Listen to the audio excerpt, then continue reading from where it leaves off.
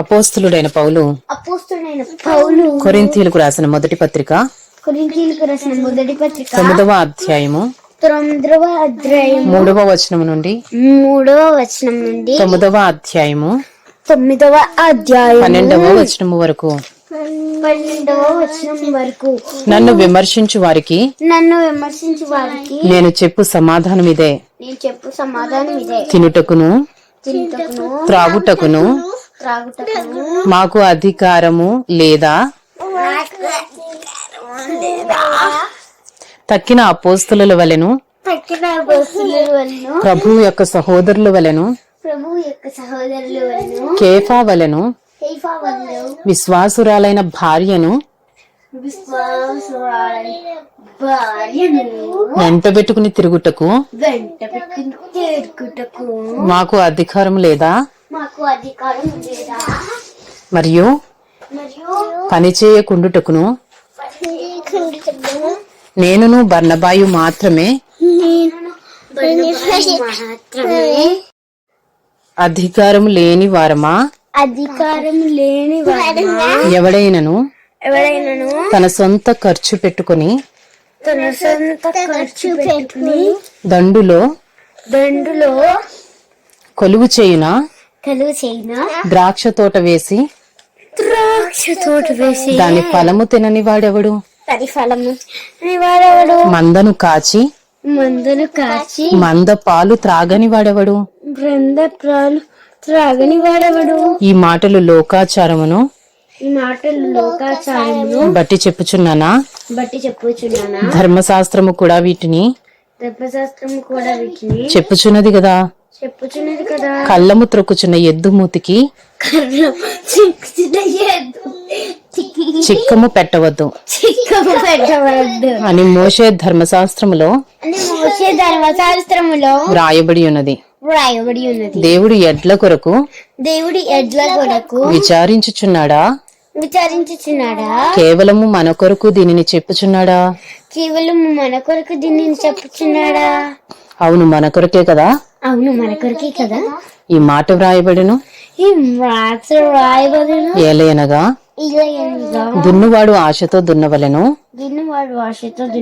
కళ్ళము త్రొక్కించువాడు పంటలో పాలు పొందుదనను ఆశతో త్రొక్కింపవలెను. మీ కొరకు ఆత్మ సంబంధమైనవి మేము విత్తియుండగా మీ వలన శరీర సంబంధమైన ఫలములు కోసుకునుట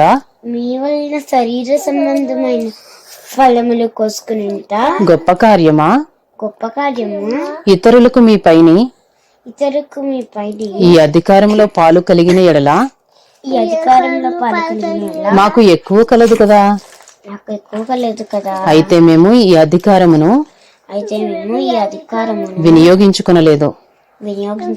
క్రీస్తు సువార్తకు ఏ అభ్యంతరమైనను కలుగజేయకుండుటకై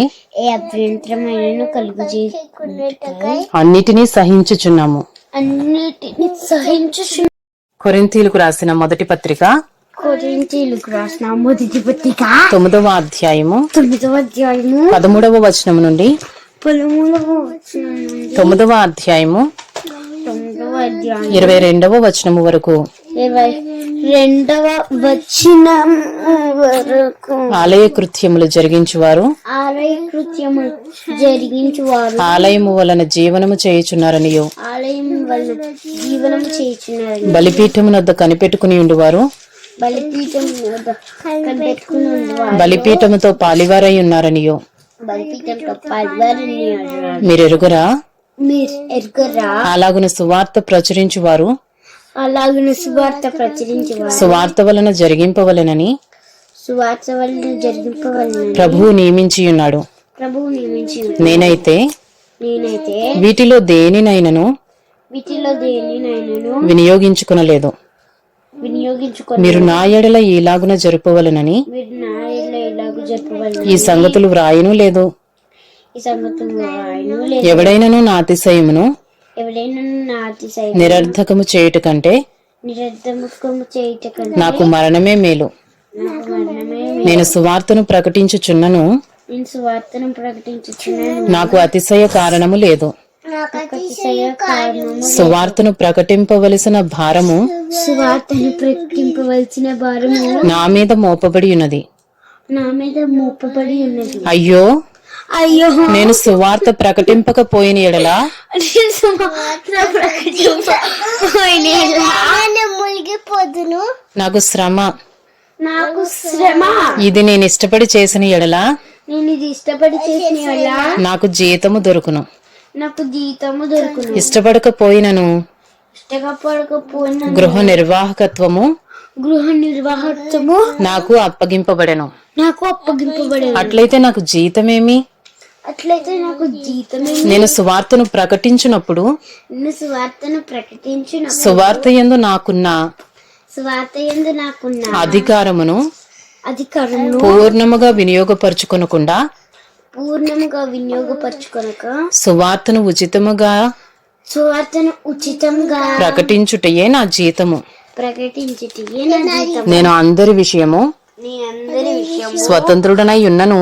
స్వతంత్రుడనై ఉన్నారు. ఎక్కువ మందిని సంపాదించుకున్నట్టుకై ఎక్కువ మంది సంపాదించుకున్నట్టుకై అందరికిని నన్ను నేనే దాసునిగా చేసుకుంటుని. నేనే దాసునిగా చేసుకుంటుని. యూదులను సంపాదించుకున్నట్టుకు యూదులకు యూదుని వలె ఉంటిని. యూదుని వల్లే ఉంటుంది. ధర్మశాస్త్రమునకు లోబడిన వారిని సంపాదించుకున్నట్టుకు సంపాదించుటకు నేను ధర్మశాస్త్రమునకు లోబడిన వాడను కాకపోయినను ధర్మశాస్త్రమునకు లోబడిన వాని వలె ఉంటిని. దేవుని విషయమై ధర్మశాస్త్రము లేనివాడను కానుగాని క్రీస్తు విషయమై ధర్మశాస్త్రమునకు లోబడిన వాడను. అయినను నేను ధర్మశాస్త్రము లేని వారిని సంపాదించుకొనుటకు ధర్మశాస్త్రము లేని వారికి ధర్మశాస్త్రము లేని వాని వలె ఉంటిని. బలహీనులను సంపాదించుకున్నట్టుకు బలహీనులకు బలహీనుడనైతిని. ఏ విధము చేతనైనను కొందరిని రక్షింపవలనని అందరికీ అన్ని విధముల వాడనై ఉన్నాను.